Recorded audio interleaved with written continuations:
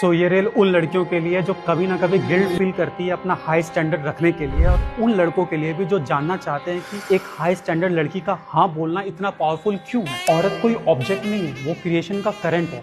जैसे लाइफ की हर एक असली फोर्स, जैसे आर्ट हो, सेक्स हो, पैसा हो, पावर हो, सब कुछ एक शक्ति से ही निकलता है। तो जब एक आदमी किसी स्त्री से फिजिकली, इमोशनली और सेक्सुअली जुड़ता है तो वो उसकी एनर्जी फील्ड को एक्सेस कर रहा होता है। जब दो एनर्जी एक दूसरे के साथ डीपली कनेक्टेड होती है तो वो एक दूसरे के साथ इंटेंगल हो जाती है, जिसमें एक की वाइब्रेशन दूसरे की रियलिटी को अफेक्ट करती है। तो अगर वो आदमी हिल्ड नहीं है, ग्राउंडेड नहीं है, तो उसकी नेगेटिव एनर्जी फील्ड उस स्त्री की क्लैरिटी को ब्लर कर सकती है, उसकी मैनिफेस्टेशन को ब्लॉक कर सकती है और उसके डेस्टिनी को डिस्टर्ब कर सकती है। जब एक हाई एनर्जी वुमेन जिसमें डिवाइन कर्मा, सेल्फ वर्थ और क्लैरिटी होती है, जब एक लो वाइब्रेशन मैन के साथ जुड़ती है तो उसकी कॉस्मिक बैटरी लीक होने लगती है। इसे कहते हैं डेस्टिनी स्वाइपिंग। उसकी ऑरा वीक हो जाती है, उसकी इनर ग्लो डल हो जाती है, उसकी मैनिफेस्टेशन स्टक हो जाती है और उसकी खुशी हल्की पड़ने लगती है। और उसका पार्टनर जो उसे नेग्लेक्ट कर रहा होता है, मिसयूज कर रहा होता है, सडनली उसकी लाइफ ग्लो करने लगती है, उसके लाइफ में पैसे आने लगते हैं, उसके करियर ग्रो होने लगता है, लोग प्रेस कर रहे होते हैं क्योंकि वो उस औरत की एनर्जी ग्रिड से कनेक्टेड होता है, वो उसकी ब्लेसिंग चुरा रहा होता है, नोइंगली और अननोइंगली। तुमने सुना होगा behind every successful man there is a woman. ये सुनने में बहुत अच्छा लगता है, लेकिन बिहाइंड